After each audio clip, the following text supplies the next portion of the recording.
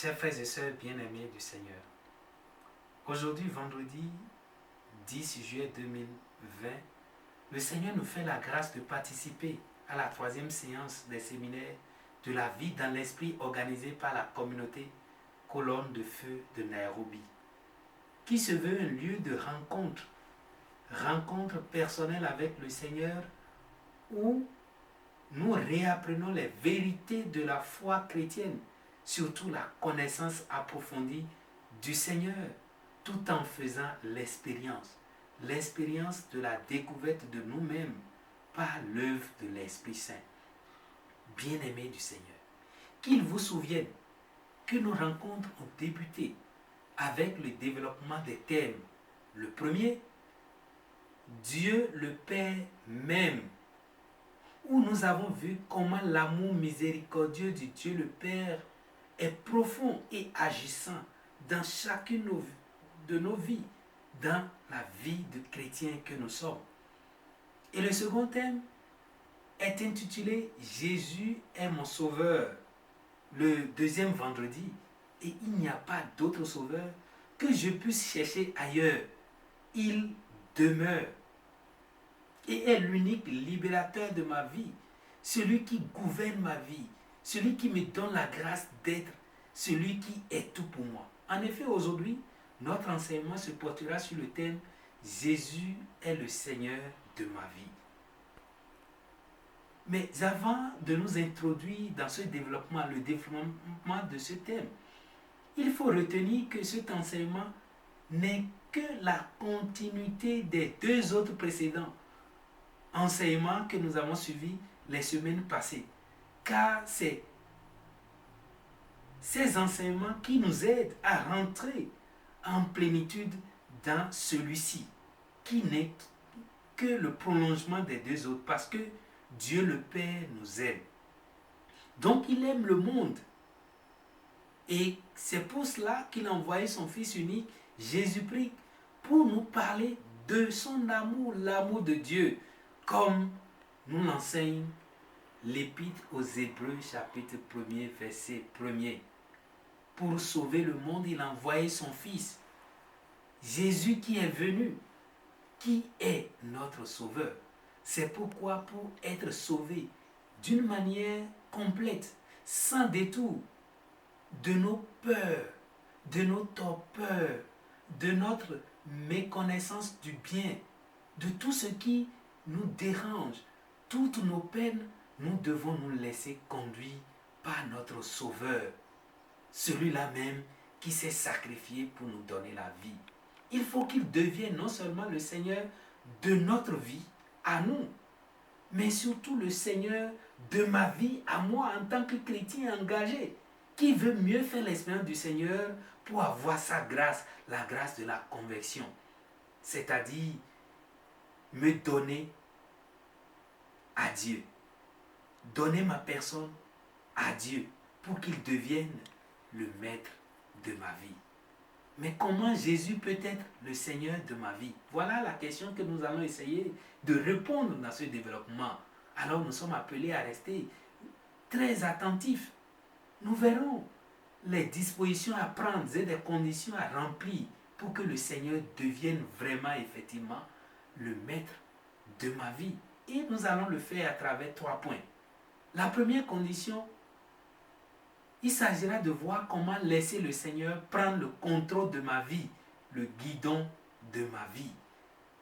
La deuxième condition, prendre le Seigneur comme maître et enseignant de ma vie à moi en tant que chrétien dans la liberté des enfants de Dieu. Parce que Dieu nous a créés libres. Et tout ce que nous voulons faire, il nous laisse le faire selon la manière dont nous comprenons, selon la manière dont nous voulons. Il n'intervient pas dans notre vie pour nous obliger à faire ce que nous ne voulons pas faire, mais il nous amène à le faire nous-mêmes. Et le troisième point, nous verrons les grâces et les dons que reçoivent ceux qui se laissent conduire par le Seigneur. Seigneur comme le maître de leur vie. Je pense que ces grâces, d'abord, sont la vérité, la vraie liberté, la paix, la joie et le bonheur. Alors, nous allons essayer de voir comment comprendre tous ces points. En effet, d'une manière schématique, je voudrais prendre un exemple de notre vie courante. Imaginez un instant un touriste qui veut faire une découverte d'une ville. Je prends l'exemple de Nairobi. Et celui-là, ce touriste doit se laisser conduire par un bon guide, celui qui maîtrise le terrain, l'histoire de cette ville, celui qui connaît les objets à découvrir, celui qui en a fait l'expérience lui-même. De même, le bon voyageur, c'est celui qui sait bien conduire. Celui-là sait comment freiner. Celui-là sait comment accélérer. C'est le même exemple. Si nous voulons voyager par un avion, il faut que nous soyons conduits par un bon pilote. Celui qui a l'expérience, qui sait comment détourner sa route pour empêcher d'être rentré en collision avec des obstacles. Celui qui sait détourner les obstacles. Oui, celui qui sait éviter les dangers. Pour ça, freiner au bon moment. Il en est de même pour Jésus. Jésus, notre Seigneur, qui est la parole de Dieu, qui s'est fait chair pour nous sauver. Il sait comment nous aider à éviter les obstacles de notre vie. Regardons bien dans la Bible, simplement l'évangile de Saint Jean, en son chapitre 1er, verset 1er. Dieu nous dit ceci: au commencement, même de tout ce qui existe, la parole de Dieu existait. Et cette parole était Dieu. Dieu a fait toutes choses par lui. Et rien n'a été fait sans Dieu, donc sans sa parole. Jésus nous connaît plus que nous-mêmes. Car nous n'existons pas sans lui. Pour cette raison, nous devrons laisser celui qui connaît tout de nous, qui peut tout pour nous, conduire notre vie. C'est lui qui sait concourir à notre bonheur, selon les propos de Saint Paul dans son épître aux Romains chapitre 8, verset 28. C'est celui qui sait nous donner la grâce qu'il faut, quels que soient les moyens. C'est lui qui devrait prendre le contrôle de notre vie. Alors, il n'y aura pas d'échec dans notre vie si nous savons nous laisser conduire par le Seigneur. Laisser Dieu prendre la manette de notre vie. C'est aller à l'école du bon maître. Nous n'avons plus à chercher ailleurs. Nous ne pouvons plus perdre notre temps chez les devins, chez les charlatans. Nous n'avons plus besoin d'aller perdre notre temps chez les vendeurs d'illusions en cherchant une quelconque clé du succès ou de prospérité. Non. Ne soyons pas ceux qui donnent le cabri comme un cadeau et gardent toujours la corde dans leurs mains. Donnons notre vie à Jésus, celui qui peut faire vivre et mourir. Comme le dit Saint Paul en Romains 14, 7. Laissez Jésus prendre le contrôle de notre vie, de la vie de chacun de nous. C'est le laisser vivre et régner en nous, comme nous le dit Saint Jean-Eudes dans ses œuvres complètes. Cela reste sans doute un acte d'abandon total à Dieu. Nous nous laissons que Dieu prenne possession de notre vie, de notre intelligence, de notre manière de faire, de notre savoir, de notre agir, de notre vie tout court. C'est suivre le modèle du fiat de Marie. C'est confesser que Jésus, je suis la servante du Seigneur, qu'il me soit fait selon sa parole. Et la deuxième condition pour que Jésus soit le Seigneur de ma vie, c'est prendre le Seigneur comme maître et enseignant de ma vie, dans la liberté des enfants de Dieu. En fait, le mot maître vient, chez les Grecs, signifie enseignant. Le mot maître signifie Seigneur. Alors, accepter que Jésus soit le Seigneur de ma vie, c'est de l'accepter comme maître. C'est de l'accepter comme un enseignant. celui qui sait éduquer, celui qui sait nous faire vivre les moments importants de notre vie dont nous avons besoin pour conditionner notre vie pour le bonheur, pour aller vers le bien-être, c'est-à-dire celui qui enseigne non seulement par la parole que nous méditons dans la Bible, la parole que nous méditons en tant que chrétiens, la parole qui nous donne dans toutes les œuvres que nous présente notre Église mère catholique, où Jésus enseignant est en même temps celui qui éduque par exemple. Il n'est pas seulement celui qui nous donne la manière de faire par sa parole. Il est celui qui nous montre le chemin. Celui qui nous dit quoi faire et qui nous conseille les chemins à emprunter pour bien le faire. Il n'est pas un gourou. Un gourou ou un faiseur de miracles ou de magie qui nous dit les lois sans sens, qui ne nous conduit pas au bonheur. Il est celui-là qui nous donne l'exemple de la vie et qui veut nous conduire vers la vie. Nous le faisons en toute liberté, sans une contrainte aucune, pour devenir ses disciples. Et ces disciples, nous allons devenir ses amis, car ce n'est pas facile aussi, il faut comprendre, de le suivre.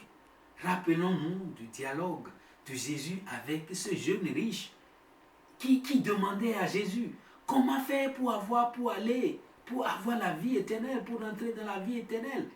Et cette question de ce jeune, Jésus l'a répondu.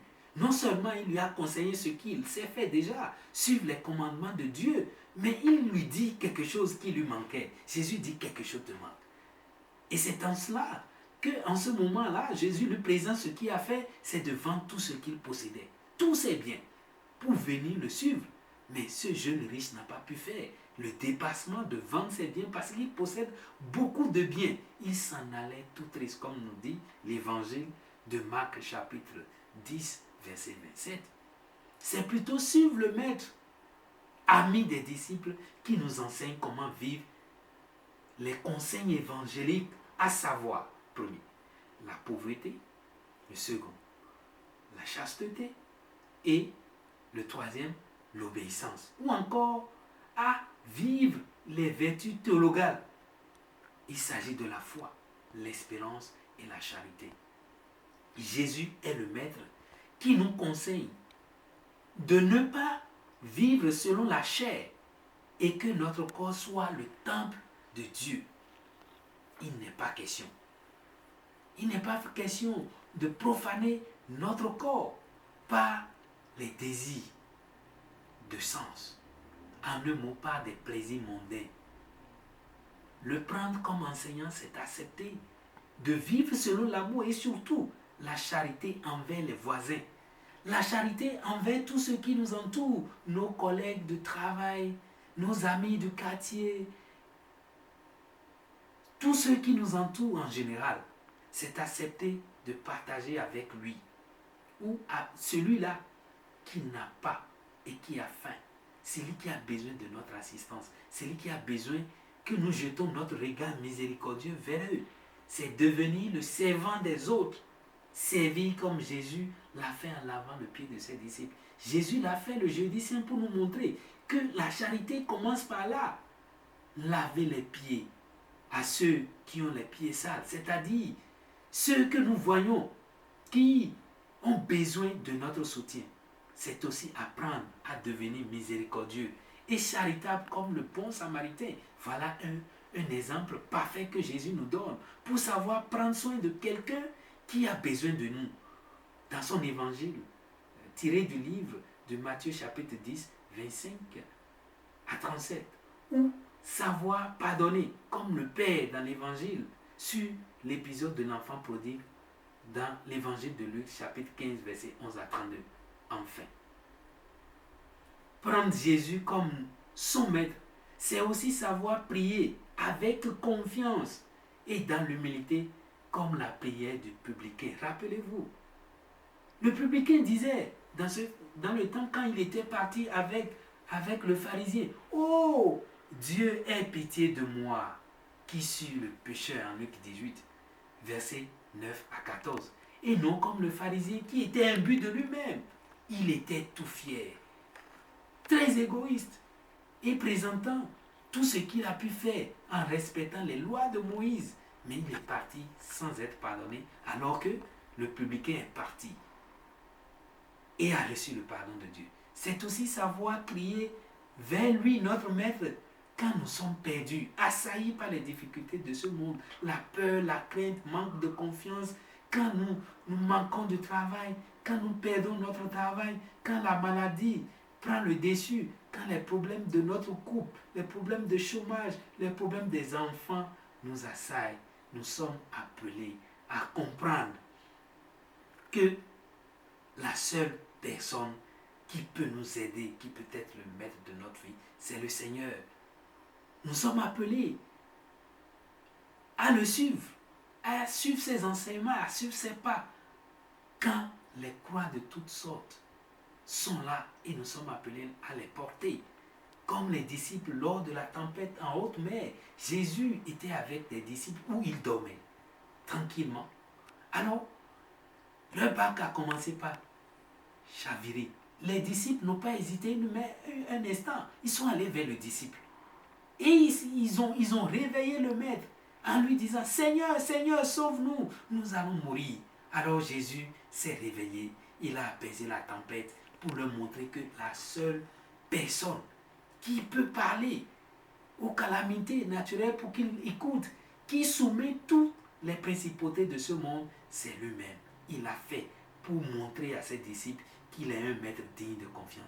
Et si nous arrivons à prendre Jésus comme notre Seigneur, le maître de notre vie,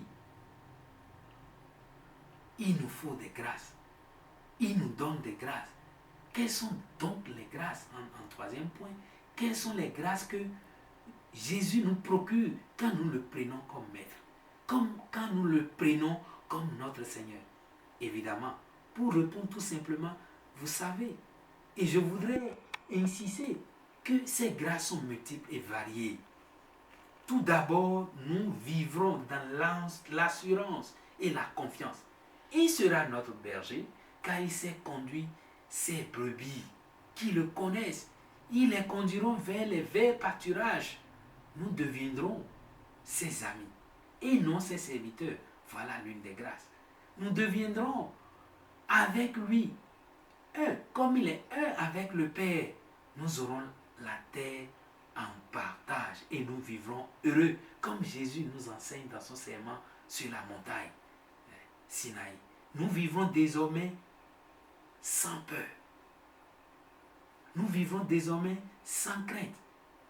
Et nos craintes seront transformées en un moment d'espérance où nous allons expérimenter le salut de Dieu dans une ambiance de cœur apaisé, de joie d'être sauvés. Nous vivrons, oui, nous vivrons sous la protection et la conduite du Seigneur, car comme le chante le psalmiste dans le psaume 129, près de lui est l'amour, près de lui abonde grâce, près de lui nous recevons le rachat, la grâce de la conversion et surtout la force de vaincre tout ce qui nous tienne sous le joug. Tout ce qui nous tienne sous son joug et nous font perdre la route du salut.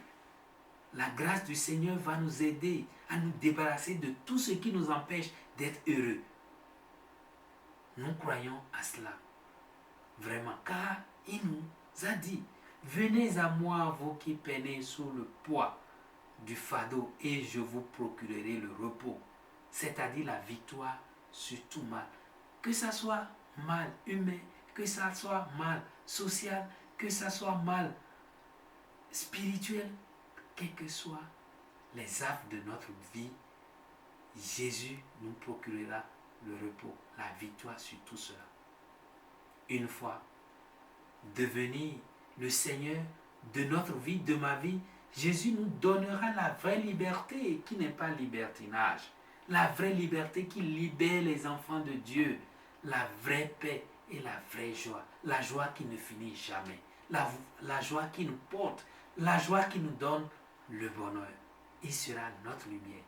Il sera la lumière de nos vies, la lumière de nos ténèbres. Il nous aidera à voir clair dans nos vies. Il nous rassure quand il dit, celui qui me suit ne marche pas dans les ténèbres. Il aura la lumière de la vie. Car Jésus lui-même, il nous a dit qu'il est le chemin, la vérité et la vie. Et celui qui veut aller vers le Père, s'il ne passe pas par lui, il ne pourra pas. Et ce n'est pas l'aide de son Esprit Saint. L'Esprit qui nous aide a dit Abba Père. Et c'est Jésus qui nous donne encore cet esprit. Alors, aller à son école, c'est accepter l'Esprit de Dieu dans nos vies. C'est de nous laisser conduire par le Seigneur. C'est de nous libérer de tous ces agissements mondains qui nous empêchent que notre foi fleurisse. Alors, chers frères et sœurs, au cours de cette prière, au cours de ces séminaires, demandons au Seigneur, demandons à Dieu le Seigneur de nos vies, de nous guider, de guider notre pas à sa découverte, de guider nos pas à pouvoir le reconnaître comme le Seigneur de notre vie, que à la fin de ce cheminement, nous ayons la possibilité de dire Jésus est mon sauveur, Jésus est le maître de ma vie, car il nous conduit vers le Père qui nous aime. Que le Seigneur nous bénisse.